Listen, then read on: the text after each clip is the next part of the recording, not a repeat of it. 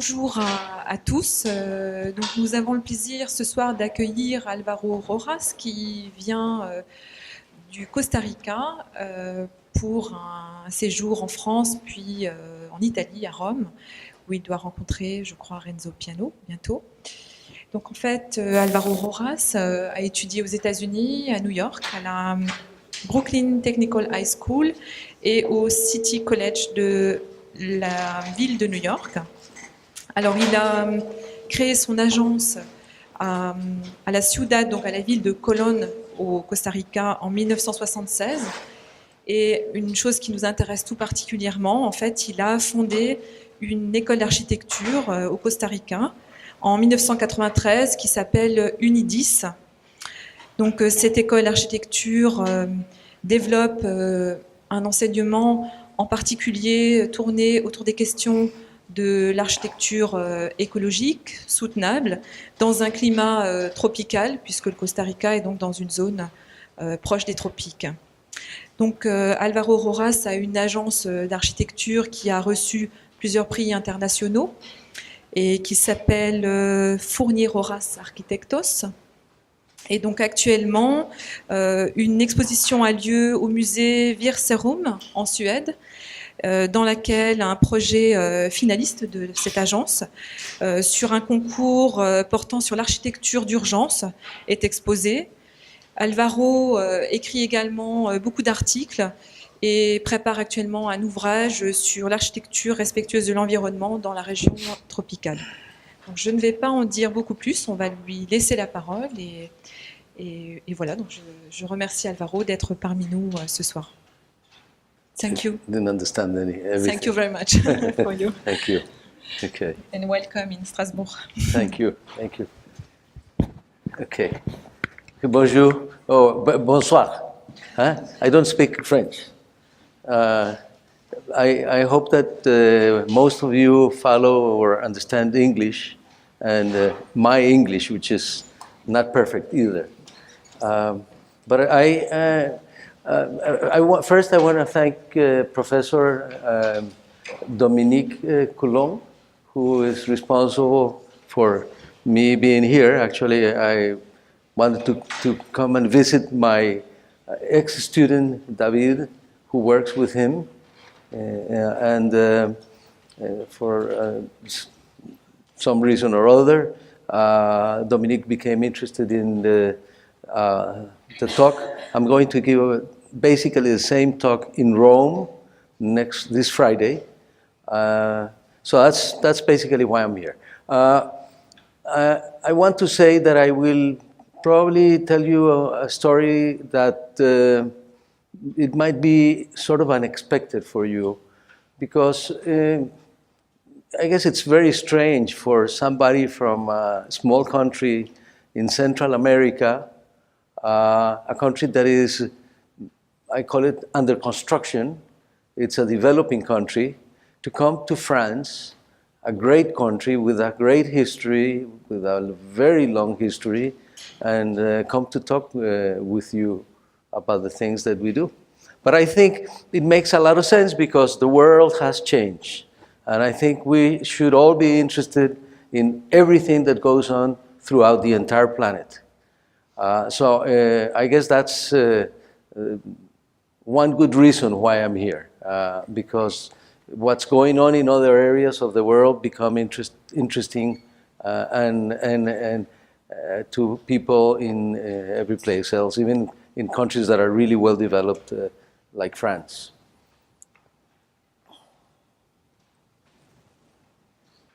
Okay.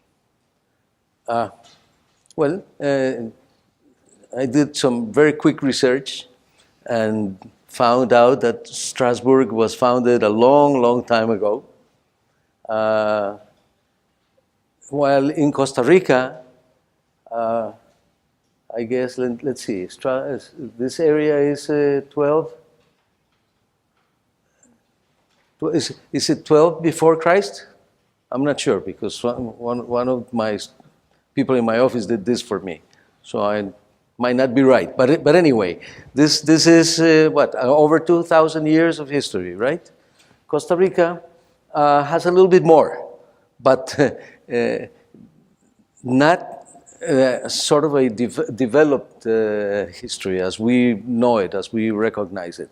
This is one of the very few settlements that we have from the indigenous peoples in Costa Rica. And it seems that it was founded around 700 BC, and that group of people occupied that territory until around 1300 AD.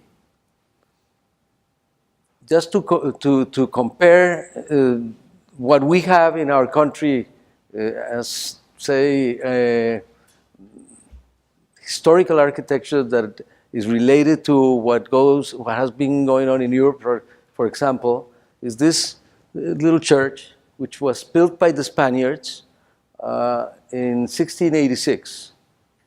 And that's the only thing that we have from the colonial periods. We have very, very few buildings. The Spaniards did not build any cities in Costa Rica, although they did build a lot of cities and towns in other places in the Western Hemisphere, in Latin America, and even in the United States. So big cities like Mexico and Lima and San Juan, Cartagena in Colombia, etc. They didn't do anything like this in my country. And I want to try to transmit an idea that I have been developing for a long time in Costa Rica, which basically comes from the sort of shock that I had when I came back from the United States. My family emigrated to New York when I was a little boy, and I did my secondary schooling and college, university studies in New York. But I always wanted to go back to Costa Rica because I thought that architects might be needed in my country. And while in the United States, you have plenty of them. So that's why I went back. And of course, a lot of what I learned in architecture school in New York between 68 and 73, which was the period when I studied architecture at the CCNY, wasn't really good in my country. So this idea of what should we be doing now in Costa Rica and probably in most places is very important to this talk. This image, I'm sure many of you can recognize this piece of the building. Does anybody recognize it? No? This is by Australian architect Glenn Murcutt, a Pritzker Prize, by the way. And this is a vernacular house in Costa Rica. Among the crazy things that I had my students do, and I'm talking about undergraduate architecture students, was I taught not many courses, but in some cases I taught a course where we did research about how we should be doing architecture in Costa Rica. I asked my students to produce books. Along the semester, they would do research, and basically the idea was to deliver a book at the end of the semester, which would be produced by a group of students. So this particular one is called How Should We Think Our Architecture? And that's really central to my current thinking and my practice and my teaching. I'll try to do this very quickly because I know we don't have a lot of time, but in order for me to try to be able to transmit to you these ideas, I have to show you my context. That's where I live and where I work, and more or less how I respond to those realities as an architect and as a professor of architecture. So quickly, I know that Costa Rica and many countries, in many other places, people don't know where it is. But here's the world, and here we are. This one here. And of course, you know where you are, I hope. The other important thing is not only, you know, where we are in comparison to the rest of the world, but the fact that we are in the tropics, okay? One of the, I think, very interesting things about my country is that it is really very wealthy naturally. We have many ecozones, many, it's amazing. It's a very small country, 51,000 kilometers, square kilometers, but it has many, many ecozones. Here is just for you to be able to determine, you know, how we compare, at least in size. 51,000, 675,000 square kilometers.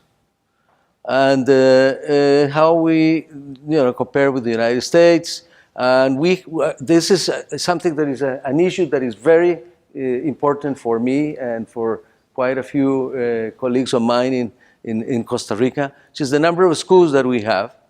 As you can see, we have 14 architecture schools, one for every 300,000 population. In the United States, they have 141, one for every 2.5 million. And in France, they have 20, you have 20. It's one for every 3.3 million. So something interesting is going on here, right?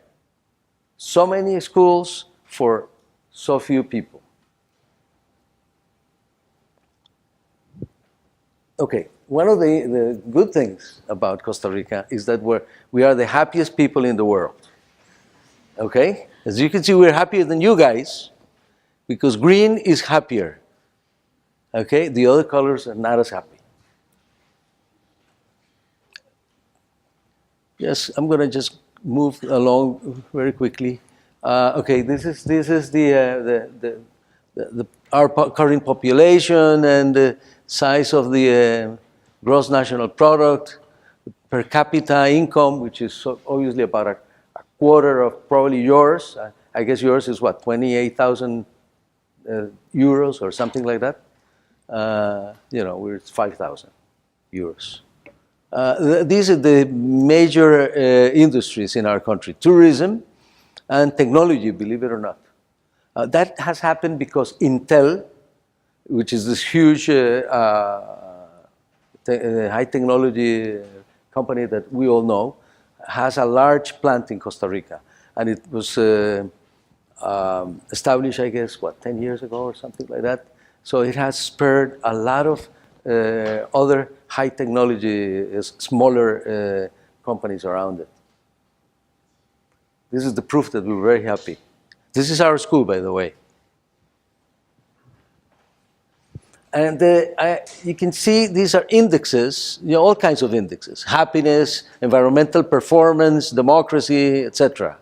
You can see that in the world we occupy some pretty good rankings. And with respect to Latin America, the rest of the continent, we occupy the very first in most of these indexes. That's also interesting. It's just, you know, when it's such a small country, it's a country that is it's still developing, and so on and so forth. There are things that are amazingly different from the rest of the countries in our region. And one, for example, is really like top in the world. Life expectancy is, for women, is 81.5, is as high or higher than in Sweden. For men is 79.5, something like that.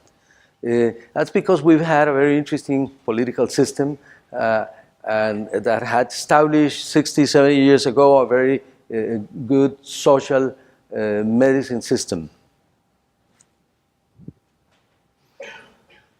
I like this idea by Umberto Eco, which you can read. But basically, what I like is his idea of innocence. He he has said that we have lost our innocence. And I interpret that in many ways. But one thing that I think he's saying is that we are, now we cannot, for example, we cannot go and cut forests like they used to do, right? Because we know that we're causing a problem to the planet and to humanity. So that means that when you cut it, when you go and damage the planet, now, not being innocent anymore, you certainly know that you're causing major problems. Just some quick images on our culture and the tropics, especially rain. In Costa Rica, rain happens for about 9 months out of the year. ¿Dónde está el video? Aquí, aquí. I'm going to show you a very quick film. Un poquito de agua.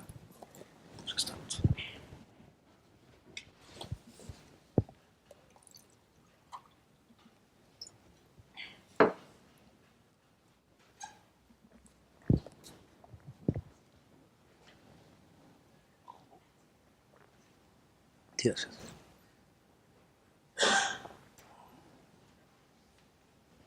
Okay. Nada más la paro. O me ayudas. This is my house, by the way. Okay. My wife is also an architect, but she is an artist. Before she went to art school, and she did 6 years of university studies in art, and then she came to our school and did 5 years of architecture. So. A lot of the colors and all of that has to do with the fact that she's an artist and that she interprets, our tropicality. As you can see, for example, the green of the grass is the same green that we have on the walls. But, I think something like this, we don't have to talk too much about it. You can see that this happens for 9 months. And it's not rain like here, it just drizzles the whole day or 2-3 days. No, in Costa Rica, when it rains, it usually starts with a lightning storm that lasts a couple of hours, and then it rains, cats and dogs. ¿Listo? Sí, tengo que correr porque si no me quedo en esto.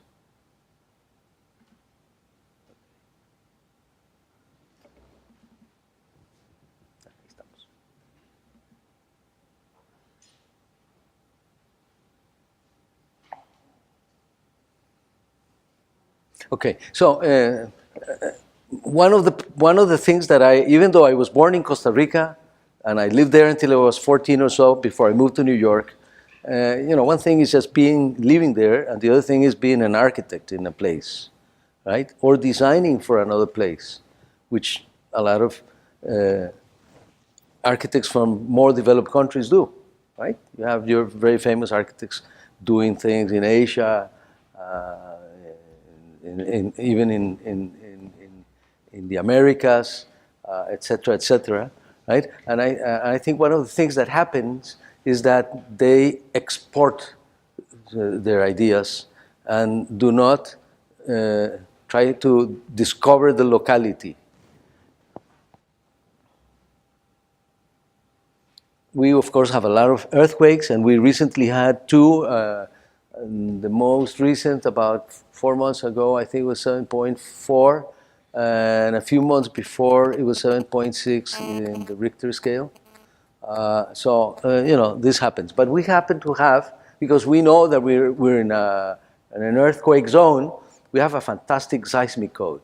Unfortunately, when these things happen, not many buildings fall down, or even houses. I mean, very few people die as compared to, for example, Haiti, where, when they have an earthquake that is 7.4 or 7.6, I mean, they lose 200, 300,000 people, and lots of structures come down and are destroyed. So it's also interesting, I think, for you to see that even though we are in Latin America, in a region that is supposedly not as advanced as Europe, for example, there are differences among the countries. So, when I was living in the United States, Americans would refer to Latin America as if we were, a single bunch. And we were exactly the same from Mexico down to Patagonia in Chile. And that's not true. We're very different, even though we were conquered and colonized by the Spaniards, and we speak Spanish, of course, and we mostly are Catholic and that sort of thing. We are very different. Okay, so I just want to make sure that you understand the place where I'm coming from. This is the metropolitan area of San Jose. San Jose is about 2,000 kilometers, square kilometers. It's a huge region, but only 2.2 million people live there. So it's enormous sprawl. And you can see what's going on. This is the newer buildings that are being built there. And this is what I think about what's going on. These glass boxes, for example, right? They don't belong in the tropics. I like Moneo's idea of listening to the place.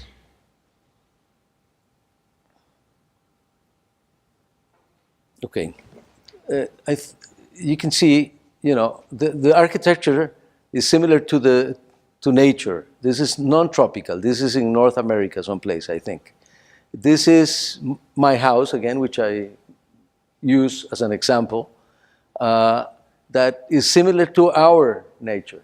Trees are different in the tropics and in areas that are not tropical, and architecture should also be different. This is some of the things that some of our local architects do. It's not only a box, but it's a very bad box.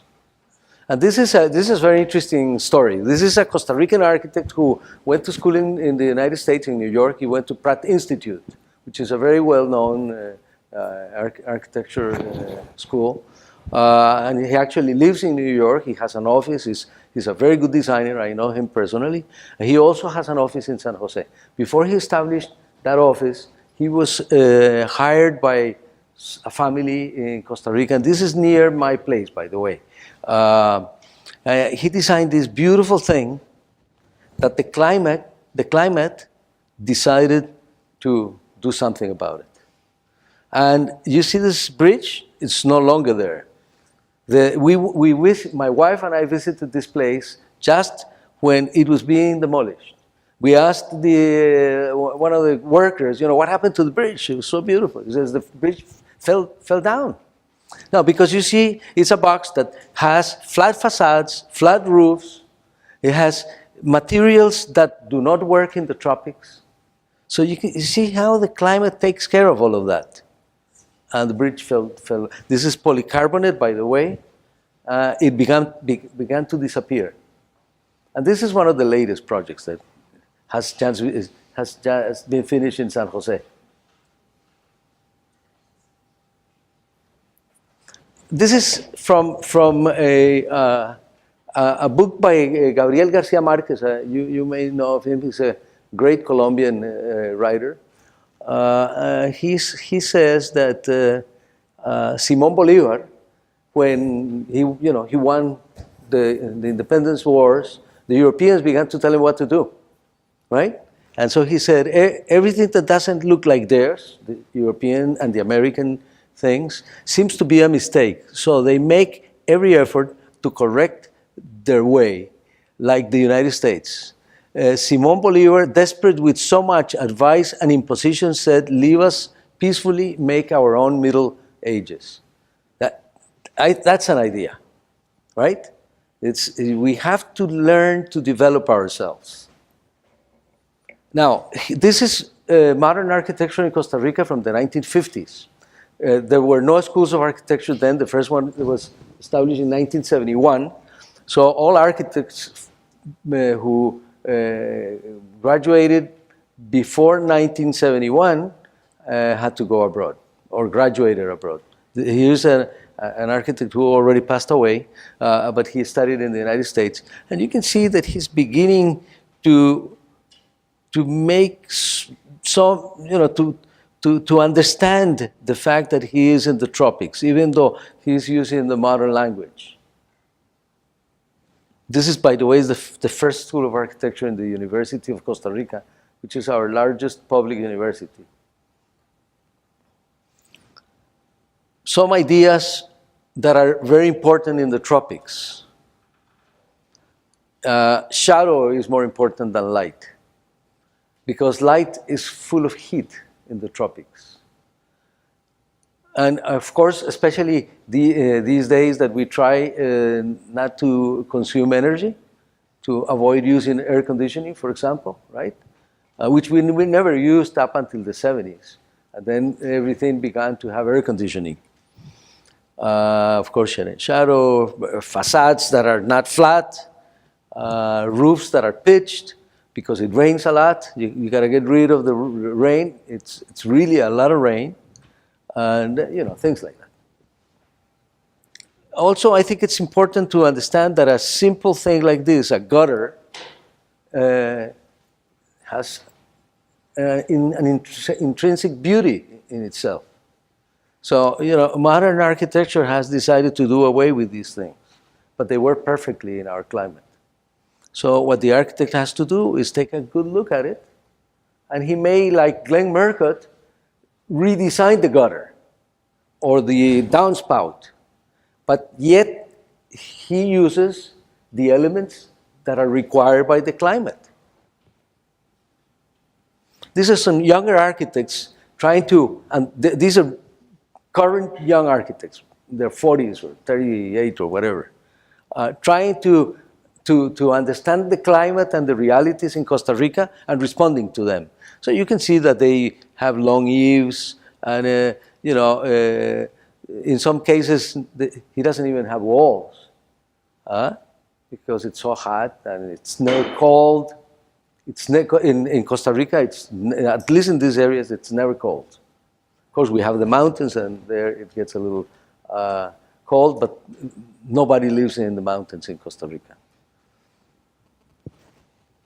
Okay, this is the same thing before. I'm going to show you quickly some of the stuff that we have done in our studio. I established my studio in 1976, I think it was. It's been always a very small studio. We're now 5. Basically, this is just to show you what happened, what was going on when I moved back from New York. And this is New York in the 70s. This is San Jose in the 70s. And then I went back to New York from 82 to 88. And this is, again, New York in that time and San Jose at that time. And this is something that I write for several architecture magazines, and sometimes I have the opportunity of getting an article of mine in the newspapers and things like that. And this is one of the problems that we have locally, what I call self-inflicted colonialism. We are a culture that I call a sponge culture because we like everything that is from outside. So that's why we also have these problems with architecture. This is just a mosaic of some of my own work. This is from my very first houses in the early 70s, in 76, 77. I did the airport, which now has been demolished and replaced by a new building designed by one of my students. He probably remember something that he didn't like from the school times. And other buildings that I designed in the 70s and 80s. This is one of the theories that I have been trying to develop, what I call environmentally responsible design, which is not my theory. But when you write it in Spanish, it becomes dar, D-A-R, dar. Dar means to give. other projects that I've been developing along. As you can see, this is a box, by the way, but it's only a box because it's an expansion to 2 boxes. And I thought that the best way was to try to get some threads from the existing buildings and develop the new building with that material, let's say. But these are attempts at doing tropical architecture. Again, my house. I use my house not because I think that it's a really great project, but it has some really good ideas, I have to admit. And some of them are these. In Costa Rica, they invented a building system for housing for the poor. And, but it's a great building system, construction system, that can be used in any other typology, up to 4 or 5 stories, I think. It's incredibly green, it's very lightweight. This house weighs 25% of a house that is built in concrete block, which is our standard, more standard construction system. It costs 50% or less of a house built with the concrete block system. And it's quite bioclimatic. This is the plan.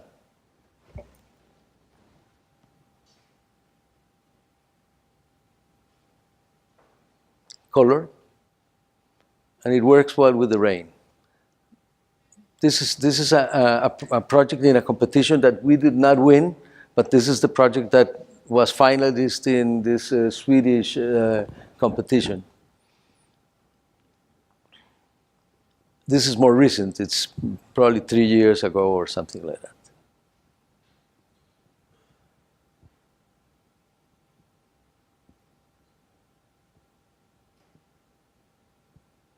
You can read that. Okay, this is a very interesting experience that I have been going through. I founded a School of Architecture, and that's really what I'm going to talk about in a couple of minutes. And 10 years ago, I founded the school in 1993. But 10 years ago, in 2003, I'm sorry, in 99, I started an internship program for my students. And I've sent many students to work with really good or at least well-known architects abroad. I had, for example, about 13 or 14 worked with Michael Rotondi in Los Angeles. I had one with Enrique Norten in Mexico, and so on and so forth. So after the internship program sort of matured, at some point in 2003, I found out that Renzo Piano has an internship program for students. I wrote to them, and a few weeks after that, I got a phone call from his Paris office telling me that they accepted our school in the program. So every year since 2003, I send one student to his Genoa studio or to his Paris studio. And that's how I established this, I'm sorry, I'm getting a little warm. This experience. And a year ago, I got a letter from, let's see. Is that okay? Can you hear me? Yeah? From his wife, Mili Rosato Piano. She told me that they are trying to develop a new program besides the internships, a program also related to education, whereby we would select a number of students from our school, and they would design a school, a public school, small, rural in my country. Actually, they had 4 or 5 other possibilities. They were considering a school in India, one in South Africa, I think one in Mexico, one in Brazil, and the other one in Costa Rica. But eventually, they decided to start with our students. And it has 3 objectives.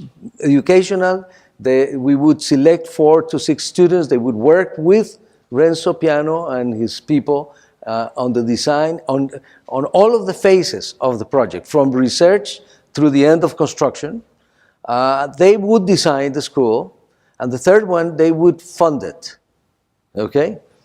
And it has been a really interesting experience for us working with Mr. Piano and his people. This is his first building in Latin America. And I think it's one of his few buildings in the tropics. It's in a very small town called El Rodeo, near my home, about 8 kilometers away from my home. Rural, with a poor community of about 600 people, surrounded by a natural reserve. So the town will never grow. They're not allowed to build more houses, and the school will always apparently have this, at least for a while, the same number of students, which is about 45 students. These are sketches by Renzo Piano of various proposals. And this is just how the game was going on until very recently. Of course, we wanted Renzo Piano to win the match, because what we want is a Renzo Piano building. But we were winning. We were winning 4-0. They sent schemes, and they did not work in the tropics. And it was my job to try to be diplomatic and all of that, but to tell the piano people that this project did not work. So fortunately, now they beat us finally 14-4, which was the objective, with a much better building than this one, for example. You can see this is expanded metal mesh, and this is polycarbonate in a tropical area. No air conditioning, at 3 meters over the heads of the students. I had long battles with the architect in charge of the project, trying to make him understand that this would be an oven. I mean, kids would burn like grilled chicken. Okay, and I'm not going to show you all of the 4, but they're implied in Renzo's sketches. Eventually, they went to a double layer of polycarbonate. It was even worse. Then the third was a roof full of photovoltaic panels. But let's say that this is the south. The ones going to the south worked very nicely, but the ones on the north side did not work. In Costa Rica, because we're 10 degrees north of the equator, if you want to place photovoltaic cells on buildings, they have to be between 0 and 12 degrees. Okay? But the sun, of course, is most of the 9 months out of the year is on the south side. And so the ones on the north side will be very, very inefficient. And before that, I don't have the sketch. And the last one was a rooftop with 52 skylights. Again, bringing a lot of heat into the space. So after a while, they stopped working on the project. And one day I got another letter from the piano office telling me that they were working on a new scheme that did not have any skylights, and this is the project. This is the project that we received last week, just before I came to France.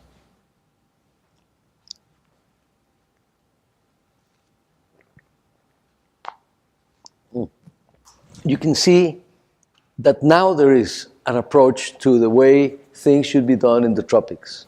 Pitch roofs, overhangs. This overhang is very short, by the way. With yesterday, on Monday, yesterday, right? We had an 8-hour meeting in Piano's office in Paris, discussing this building with people from ARP, structural engineer, electrical and mechanical engineers, and so on and so forth. But they have the idea now, and I think this is going to be a very beautiful building. Okay, as a result of this project, we are designing, or we almost finished the design of a community center that is located in the same place where the existing school is. And the two of them have to be demolished. The mayor of the town decided to elect another site for the community center, and because it's a small town and it's poor and all of that, we decided to offer to the mayor to do this pro bono, free. And we're doing several projects for free for the community, and this is one of them. So basically it's a small building where they have town meetings, community meetings. And because it's a very hot area where it rains a lot, this is a 16 diameter circle made with ventilation brick, which is this brick that is full of holes, okay? Because you want to be really outside, okay? And roofs in different heights that produce also air movement and, of course, get rid of the rain quickly and so on and so forth. So these are our preliminary ideas, and they have already been approved by the community. We're also doing a master plan for a biological reserve, and I designed this little, how do you call it? Welcoming center. It's a very simple building, basically with a large room and, of course, services, toilet rooms, and etc. And it's in the middle of the forest.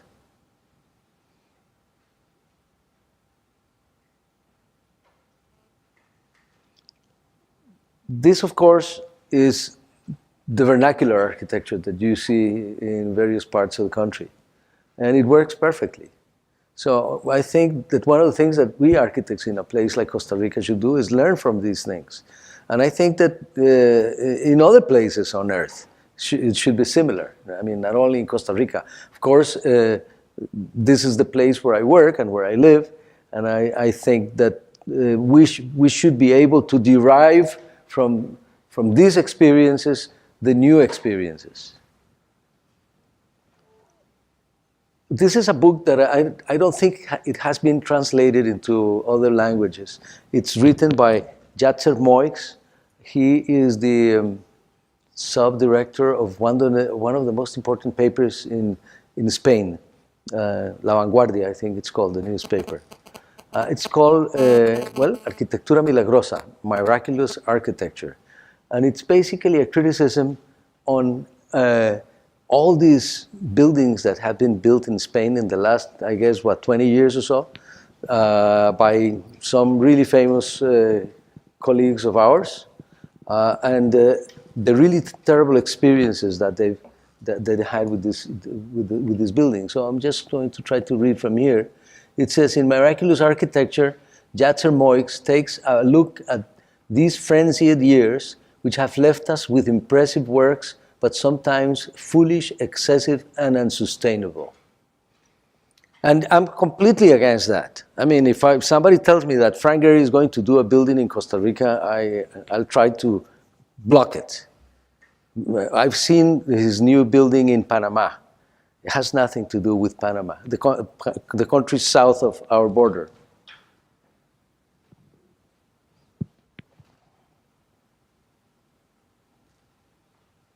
Okay, this is just another idea that I have, and of course, each one of these ideas basically would require a separate talk. But one of the things that I think, and it probably has to do much more with our experience in Costa Rica, is that landscape is seen basically as the natural landscape, or perhaps as the urban landscape. But I think landscape is the total landscape, is everything that goes on.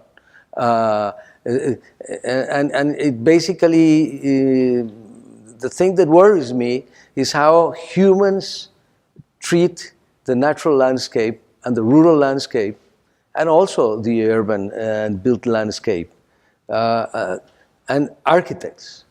because I think we don't, it's crazy, but I think many architects don't know that when they're designing a building, wherever it is, whether it's in the city or in a rural setting, the building is part of that context.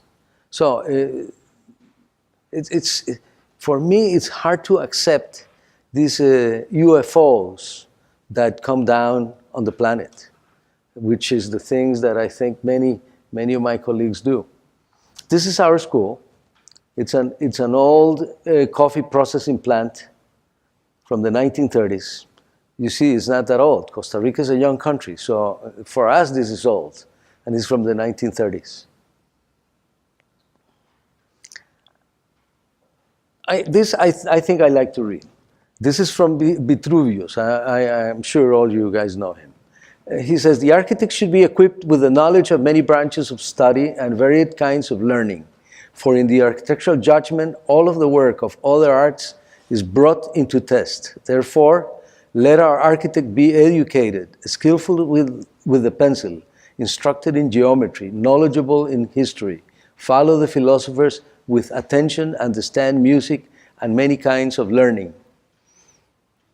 I think that no one has the right to proclaim oneself as architect hastily.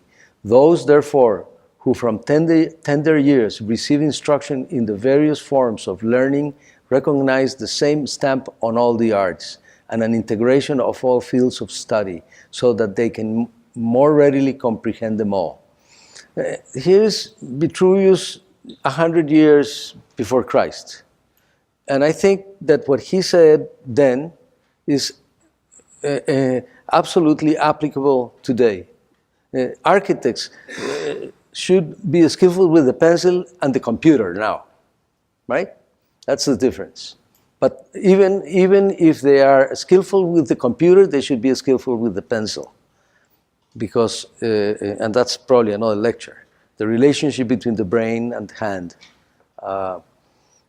But you see, I mean, there's really not much new in how we should approach the work that we do and the knowledge that we should have in order to do architecture.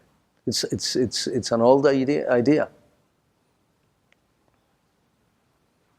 Okay, this is the school. I'm going to talk about the school. The school was born precisely based on this, on oppositions. When I came to Costa Rica from the school where I studied in New York, and I graduated in 1973, I came to Costa Rica in 1975.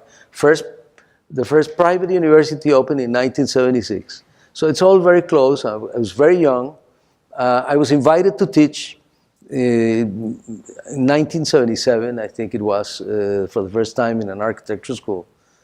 And you know, here I go, and I see that it's so different from the way I had been educated.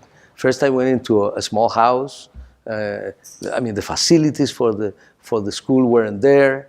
They didn't have a library. They didn't have, at the time, of course, we didn't have internet, so we had libraries. I hope you still have libraries here, and so on and so forth. So after several years of teaching at this school and a couple of other schools, I became very bothered by the idea of how they were thinking, they were preparing architects in Costa Rica. So I joined with a couple of other friends who also had studied abroad and had the same feelings, and we started talking about what to do. We sat down for a couple of years and designed an idea on architectural education for Costa Rica, which eventually became this school called Universidad del Diseño in Spanish, University of Design, which we got to open in '93. It was quite a few years afterwards.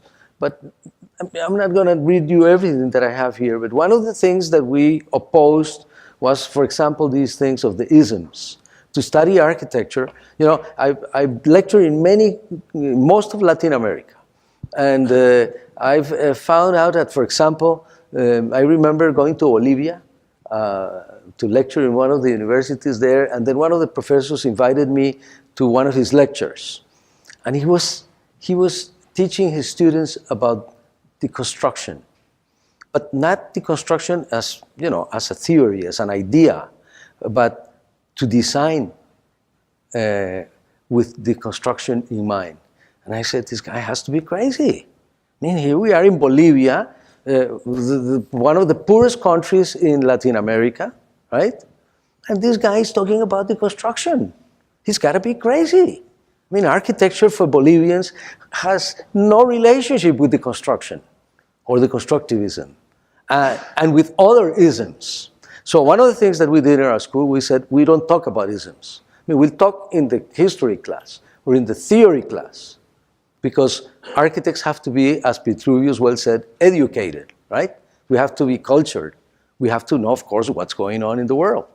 And if we teach it appropriately, students won't go to the studio and start designing in deconstructive fashion or whatever.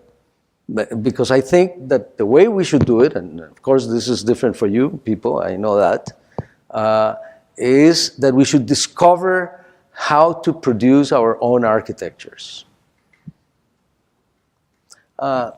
Maybe quickly, the objectives for our school: train holistic persons, basically with relationship to the planet and to humanity. Train persons with a critical world vision. Train virtuoso architects, and here's one. I mean, really, I'm very proud. We graduated, our school, it's a very long story, but our school was very small. It attracted very few students, but the students that came to our school were very talented. And we're the only ones that were ready to take a 6-year program, which for you is nothing. But at the same time, we had other schools saying, hey, come to our school. We'll give you a diploma in architecture in 4 years, so 3.5 years, and things like that. The idea was to train really great architects.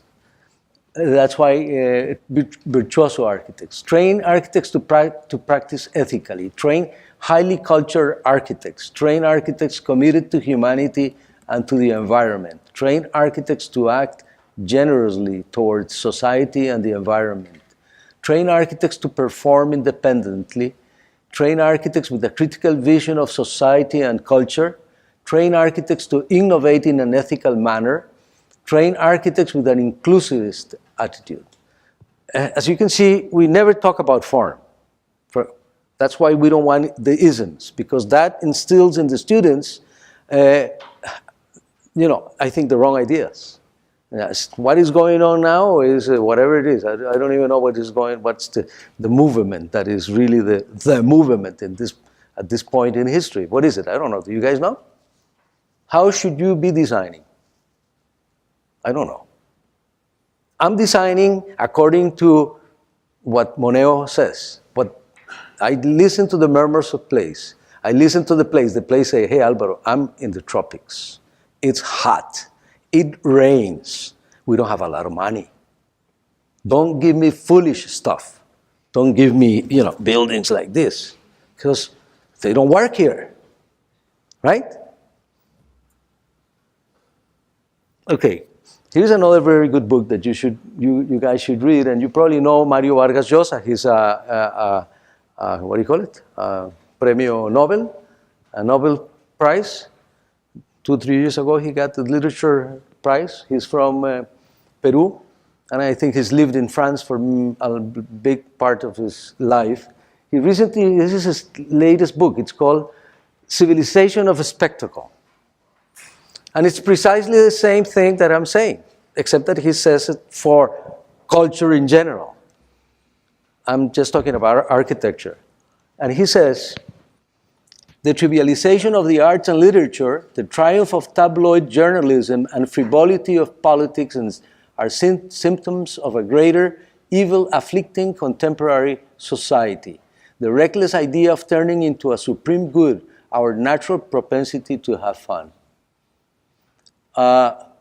In the past, culture was a kind of consciousness that prevented us from turning our backs on reality. Now it acts as a mechanism of distraction and entertainment.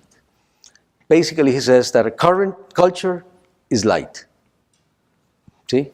And architecture is part of culture, right?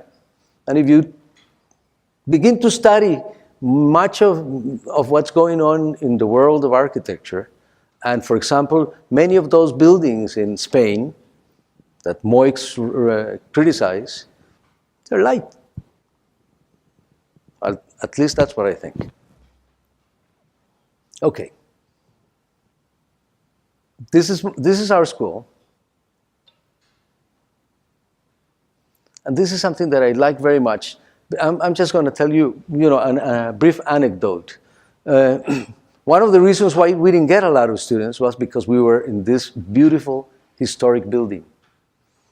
We held open houses, to attract the students, and the students would come with their parents, and the parents would come and talk to me, and they would say to me, Alvaro, but you guys are in a slum here. This is an old building, ugly building. Look at the other university. It just built a reinforced concrete building with lots of glass. Of course, they didn't understand what we were doing, right? So it was good that they didn't register their sons and daughters in our school. So Louis Kahn said, a building being built is not yet in servitude. It is so anxious to be that no grass can grow under its feet. So high is the spirit of wanting to be. When it is in service and finished, the building wants to say, look, I want to tell you about the way I was made. Nobody listens. Everybody is busy going from room to room. But when the building is a ruin and free of servitude, the spirit emerges telling of the great marvel that a building was made. So this is the school. Very old. We painted it. And this is the program. And of course, this requires like a 2-hour or 3-hour lecture. But I want to show you a couple of things that we think are very important. One, of course, I mentioned this before. That simply means that for us, everything is important. And we had terrible fights with our students, but because students said, hey, you're wrong. The thing that is important is the design studio. But I would say, but what are you going to design if you don't have knowledge, if you don't have information? I mean, architecture is not just sitting down and, a building comes from the paper or from the screen in the computer. It is based on information. It is based on knowledge. So I had to develop what I called the holistic design methodology in order to respond to the students, basically. And it was a good idea because they finally got to understand that architecture is very complex. And you cannot make it simple. It is simply complex because it has to do with a lot of different things, right? I have many friends who are artists. And I always say, hey, guys, you don't have to go for permits when you paint a painting. You don't have to go, in Costa Rica, probably you have something similar. We have to go like to 10 institutions to get a construction permit. For the last 15 years, the environment is very important. So we have an environmental impact agency that takes a good look at everything that we're building. And if they approve it, then we can pursue the rest of the permitting process. So poets don't have to go to the municipality to get a permit to write a poem, right? So architecture is very complex. I mean, that's just one of the ideas. And then, of course, the economics. How much does it cost? Buildings, a house, even a house. A small house costs a lot of money, even for the poor. In Costa Rica, we have a program where the government gives what they call a bono, of, I think it's about $10,000 to build a house, a 45 square meter house. But $10,000 is a lot of money.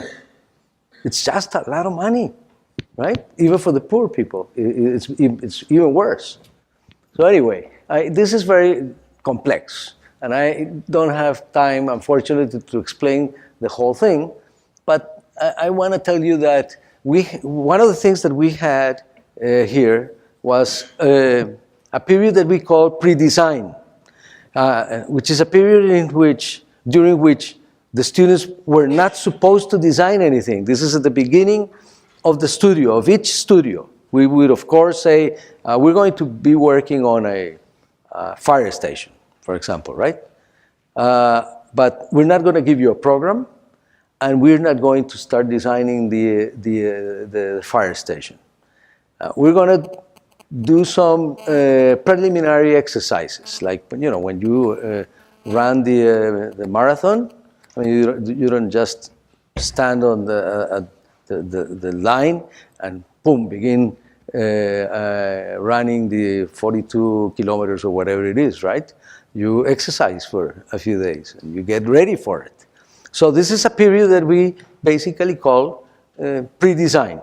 And it meant that students would do a lot of exercising. And a few of the things that we had asked them to do, and we based this on Louis Kahn's ideas.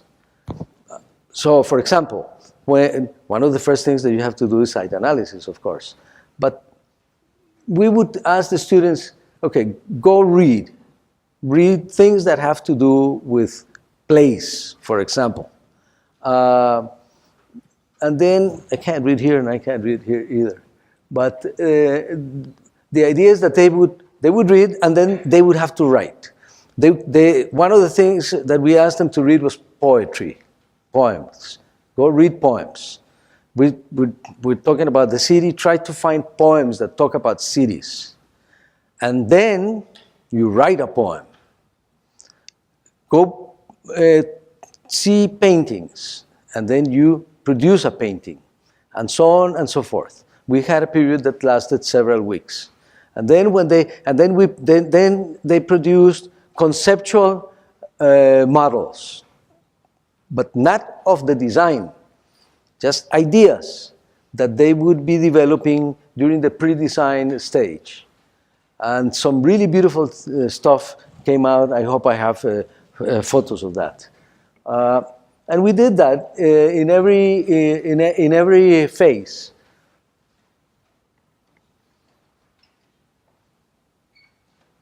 You can see there are 4 or 5 parts. The first 2 are called what the project wants to be, which is Lu Kang. I didn't invent that. The other one is called, well, it's also what the project, in this case, but it should be what the site wants to be and what the project wants to be. And then, of course, the technical and pragmatic part of the project and the presentation, but we tried to make the students understand that the presentation had a direct relationship with their ideas. In other words, not to just draw beautifully whatever thing, no. If they were thinking, for example, that their concept of the building was had a certain geometry, whatever it was, circles or whatever, then they would have to investigate about that geometry and try to design a presentation that was related with that geometry, just as one possibility. These are some of the projects that were produced in Design Studio 1. And one of the things that we had them do was copy drawing, because one of the things that you can do is copy drawing, how people draw, but not copy design, which is different.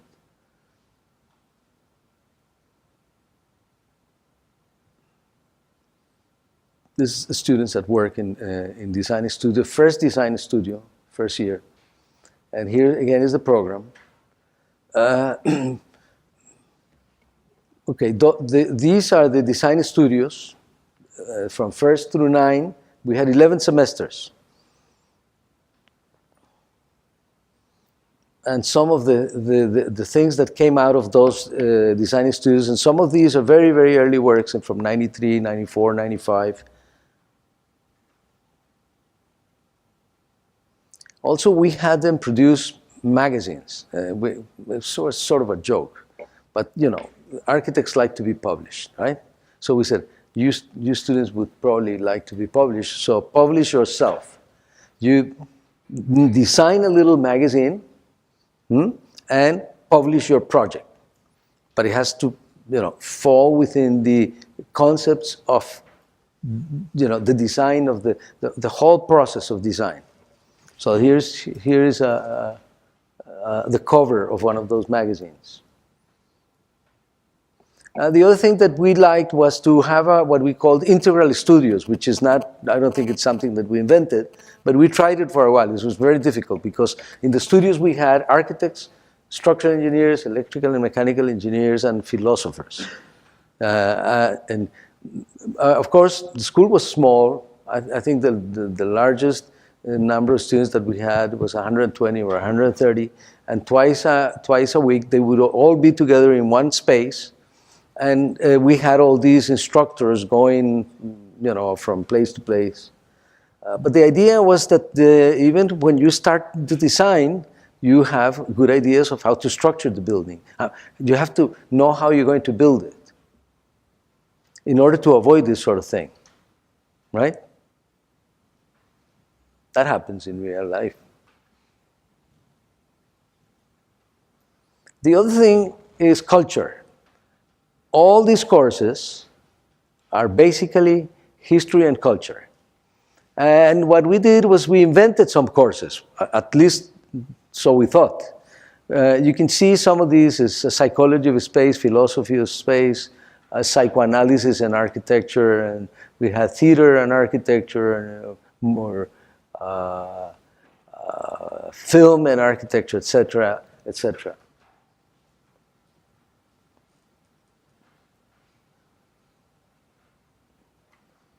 Another thing that we did is, because the school, and I didn't show it, but you can see that the program has basically three large areas. And we'd like to think of it as a pyramid. The bottom part of the pyramid is culture. The intermediate portion of the pyramid is technology. And the top part is the design studio. Because we are talking about students of architecture, and students who study architecture are usually very visual, and they can draw very well, and they can do models, very good models. We asked the other instructors who were not architects. We had psychoanalysts, we had philosophers, we had people from the theater, etc., etc. We would ask them to, yes, teach them whatever it was, psychoanalysis and architecture, but have them produce the course projects in such a way that they would take advantage of the strengths of the students. So you can see, for example, that this is from a literature course. They were reading Como agua para chocolate, I think it is, where something happens and blood comes. So, you know, somebody built a model of that passage in the book. The other thing that we do is that thesis, the graduating project, lasts 2.5 years. Now, people will usually say, hey, Alvaro, you're crazy. What do you mean 2.5 years for an undergrad architecture thesis? It sounds like a PhD. But the thing is that Costa Rica is very different. I don't know how it's in France, but I know how it is in the United States. I went to school, I graduated, and I'm not an architect. I have to go through 3 years of internship or apprenticeship, and then I have to take a professional examination in the United States. In Costa Rica, that doesn't happen. You graduate, they give you a diploma, you walk over to the Association of Architects, and they give you a license to kill, as a friend of mine says. Right? So we said, at least we're going to make sure that our students are a little bit more mature and better prepared to take on the responsibilities that architects face. We decided that we would have 3 full semesters of what we called research in architecture. These 3. So 1, 2, and 3. Actually, in Spanish it sounds better because it's talleres de investigación en arquitectura, TIAs, TIA, which means aunt. So they would have 3 aunts before they would go to the design studios. And basically, the way it works is that we would have a meeting with the future graduating class, which was 6 or 7 students. It was never larger than that. And we would ask each student what was really, the thing that was really important to them, and that they would seek to solve as architects. And I'll just give you an example. There was one guy who said, I'm really concerned about human rights. And one of the things that I'm really bothered with currently in Costa Rica is the human rights of prisoners. Okay, so we said, all right, so for these 2 semesters, you will do research on human rights and human rights for prisoners and so on and so forth. And of course, what will your thesis project be? A prison. So then they would take another semester and research prison design, prison architecture. So at the end of that year and a half, they would come up with a book, a very well-informed book. They, of course, had 1 or 2 people, 2 professors work with them. We always had someone who taught them research techniques. And then we had another one who accompanied them along the 3 semesters in following up on the development of the research, okay? And then, of course, they would present this document, and they could enter now the year for the design project, the last year. And basically, it was divided into 1 semester for preliminary schematic designs, what we call anteproyecto. And then if the anteproyecto, if the design part was approved, and of course we had at least 2 meetings per week with a committee that I direct, but we were always at least 3 architects. We used to have a philosopher, or if we didn't have a philosopher, an architect who had studied philosophy. We had a structural engineer, we had an electrical and mechanical engineer in the thesis committee. And if then the first part of the design was approved, the next part was to develop that design into preliminary construction drawings. The idea being that these guys, when they graduate, immediately they get their license to practice.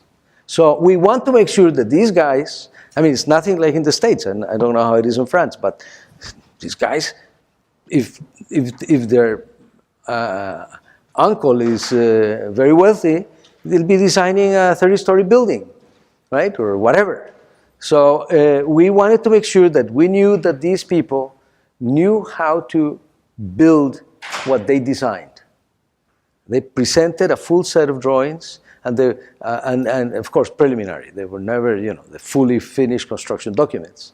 But they would have to provide us, for example, outline specifications, so on and so forth. And I'm almost finished. I'm just going to show you 3 or 4 thesis projects that somehow sum up most of what I have said earlier today. This is a student who, I don't remember exactly when he graduated, but he did several internships. He worked with Stanley Seitowitz in San Francisco. Then he was our first intern with piano in Genoa. He came back, graduated, then went back to Milano to join a next partner of pianos to open an office in Milano, and he was there for 3 or 4 years. But his dream was always to go to the GSD in Harvard. So he went to Harvard, got his MUD, and one of his professors really liked the way he worked. He thought his ideas, and he invited him to go work with him at the CCA in Montreal, the Canadian Center for Architecture. And just recently he started teaching at the University of Toronto in the Urban Design Master's program.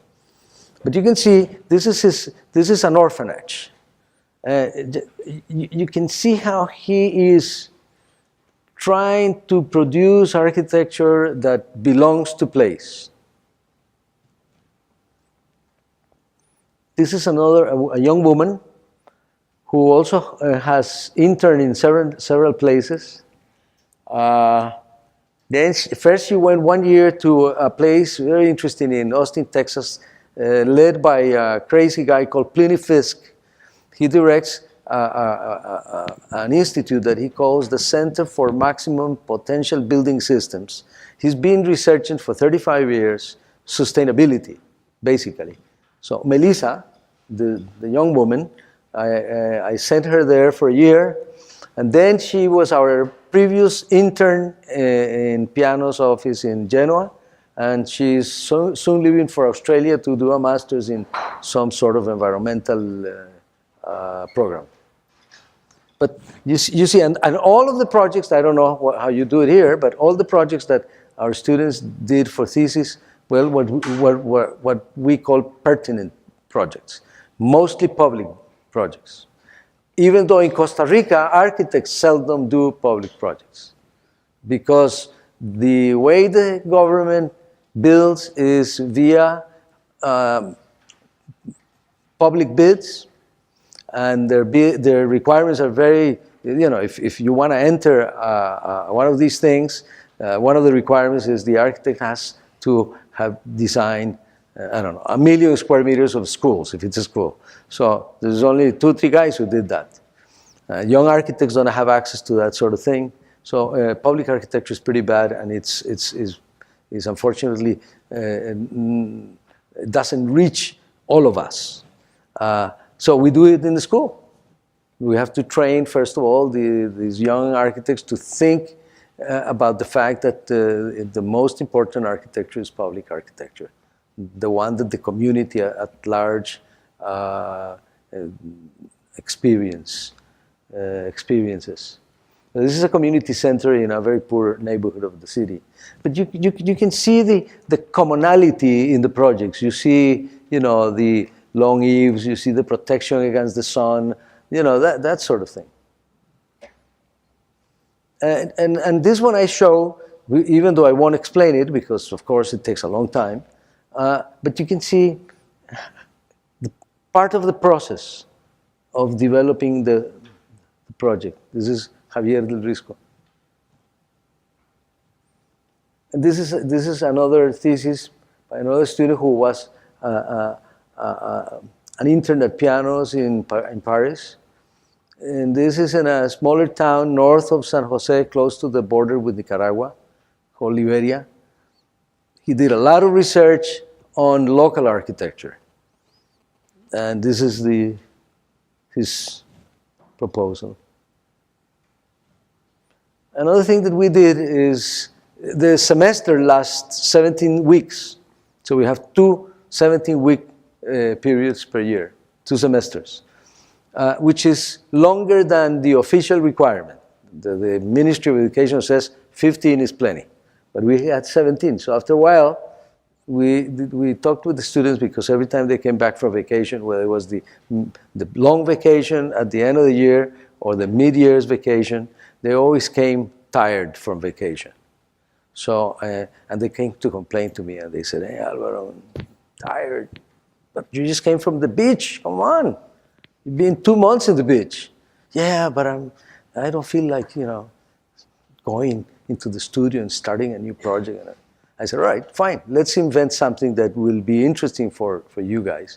And we invented something that's called desconectados, unconnected. But it's connected. So they come unconnected and become connected. And what we did is, all right, we're going to take 2 weeks from the 17-week period. I'm going to give it to you guys, 100 students, whatever they were. You take those 2 weeks, and you're going to do whatever you like, except that we are going to establish just a few rules. It has to be design-build.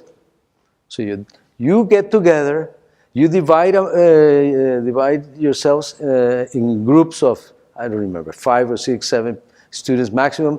Each group had to have students from first, second, third, fourth, fifth, and sixth year. Okay? Part of the idea was the incoming students immediately fell into the idea of working in teams and met people from the school. I mean, it was so small anyway, so that it was easy to meet everybody else. But they then would decide amongst themselves what to design and what to build. And of course, they did everything in the school. So they did a lot of things. And of course, because we are, in that, you saw in the map, Costa Rica is like in the middle of the Western Hemisphere, and it seems like it's, nobody knows where it is, and that we are a little bit behind in many things. I decided to bring people from abroad. So this guy, for example, is David Guthrie. He's an architect who used to work for Tom Main or Michael Rotondi. He used to teach at Rice. He became a very good friend of ours, so every once in a while he would come and teach for free a 2 or 3 week design project. This is Mr. James Wines, who's now probably not very well known, but he became very famous in the 1970s when he redesigned the best stores in the United States. Best stores were those ugly boxes, and I don't remember the details, but he was hired by the best store company to redo the stores, and he did these crazy things where he had, for example, the parking lot would come over the building, or the corner was falling off, or the wall was tilted. He's very critical of the modern movement, by the way, and he's become a really good friend of ours. And the sketchbooks that the students produce. We also made sure that our students became involved with community work. And in some cases, things got built, like this little school in the mountains. And graduates are working. We have a number of graduates now who are doing pro bono work for the communities. And this, for example, is for a small indigenous community in the southern part of the country. And it's built. They're designing schools and high schools and things like that for them. And many of our graduates, I mean, we have graduated only 71 architects in 18 or 19 years. But many of them are becoming well-known architects and are being published in the magazines and so on and so forth. This is an old map showing our connections with the rest of the world, where we have friends that come over to our school, or where we send students for internships. These are some of them. I mean, some of their names might be recognized by you, of course, like Roto, Morphosis. Carlos Jimenez is a Costa Rican architect. I bet he's just, I think, finished a 17-story building in Paris. But he lives in Houston. He teaches at Rice University. Some people from South America, piano. This is he was much younger then, but this is the guy who works at the CCA. And this guy works with Norman Foster in New York.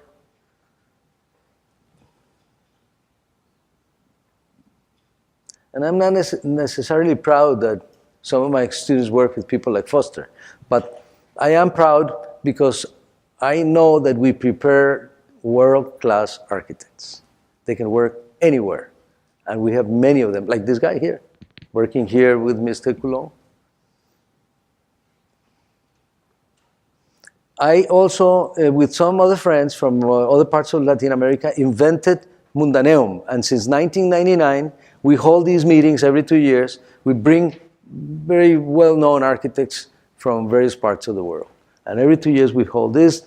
The last one was in Mendoza, Argentina. The first 6 were in San Jose. That one was in Mendoza, the purple one. And the next one is going to be in a beautiful city called Granada, Nicaragua. not Granada, Spain. But Granada, Nicaragua is the oldest colonial city in the Western Hemisphere. It was founded in 1532, something like that. And it's a beautiful city that has been taken over by Europeans who have gone there and loved it so much so that they have bought the houses, and it's become even more beautiful. It's full of cafes, and the streets have been closed for the pedestrians. It's a beautiful city. So next year it's going to be, this is from 13 to 15 June in Granada, and I can't read here, but I remember some of the names that we will have. For example, Juhani Palasma is probably coming. We have Lawrence Scarpa from the United States. We have Jatser Moix, the guy who wrote that book. We're going to have Alberto Perez Gomez, a guy you should know, and if you don't know him, you're in trouble, because he is probably one of the top architectural thinkers in the world. He is the head of the master's program at McGill University in Montreal. Alberto Perez Gomez. He writes some really wonderful books. And a few others. I can't read the name, but basically it's called, the meeting is going to be called Necessary Architecture. So you can imagine the type of people that are going. There's friends of the school. And I perhaps want to read this just to, I'm close to finishing, okay? This is something that Melissa, that woman who I mentioned, that went to Pliny Fisk's and then to pianos and now is going to Australia. She said, I studied in a refurbished coffee processing plant in San Jose, Costa Rica. Compared to the rest of the schools with hundreds, even thousands of students, we were a small school of about 100 students. Not only this made our school special, but the cold, red, gray, and double and triple spaces, all surrounded by an urban natural forest, gave us an inspirational setting to learn. The Universidad del Diseño has a fantastic interdisciplinary methodology which gave me great tools to understand architecture from different perspectives, such as sociology, psychology, psychoanalysis, photography, urbanism, and sustainability. Well, that's enough. And this is Mauricio Quiroz. He says, the story of the Universidad del Diseño was an improbable one, a tale that started in 1993 when a sole middle-class architect and gentleman financed and launched marginal to the so-called developed world in a century-old coffee barn. He's exaggerating a bit. It's 1930, so it's about 80 years old. With no government support whatsoever and accompanied only by a handful of staff and students and a library consisting of his own book collection. That's me, by the way, he's talking about. That would become, in less than a decade, one of the foremost international architecture schools. And he says other nice things. This is one of the drawings by James Wines, and he gave it to us as a gift. And just to finish, I just want to show you what happens to some of us architects. This is my own mother-in-law, who was a client of mine for a very short time. She asked us to design a little gazebo in front of her pool. We spent several weeks trying to give her, something interesting, green, and this is what she built. So it's very similar to this old joke about what the client wanted and what the builder actually built. But that happens very often in many buildings. Thank you very much.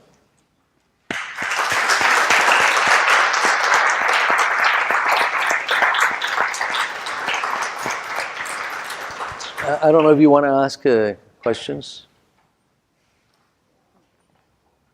I warned you at the beginning of the talk that you were going to hear things that you normally don't hear, because I'm sure that you, like many students in other parts of the world, are more used to the stars, right? The famous ones. And of course, what they do is they show you their projects. And as Michael Rotondi said in a very nice interview that he had, and I hope you guys know Michael Rotondi. He's one of the top teachers in the world. He was one of the founders of SciArc in Los Angeles as a student, because he was a student when SciArc was founded.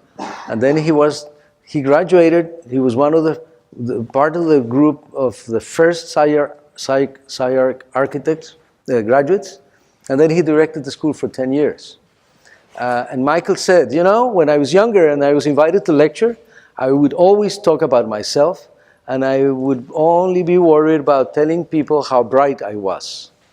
Now, of course, he's 63. He says, well, you know, I've changed a lot. Now I tell people how bright they are.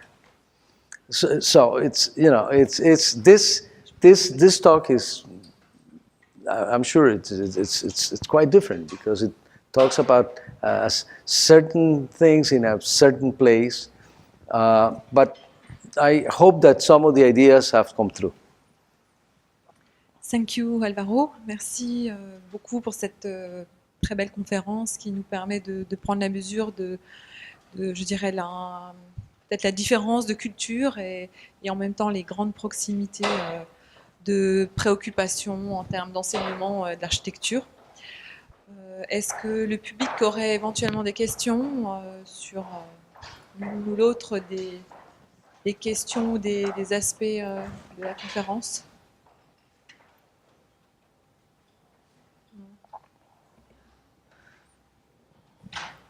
I can come down and talk. No question. No questions? Okay. Yes? Okay. My pleasure. Thank you. Thank you for listening.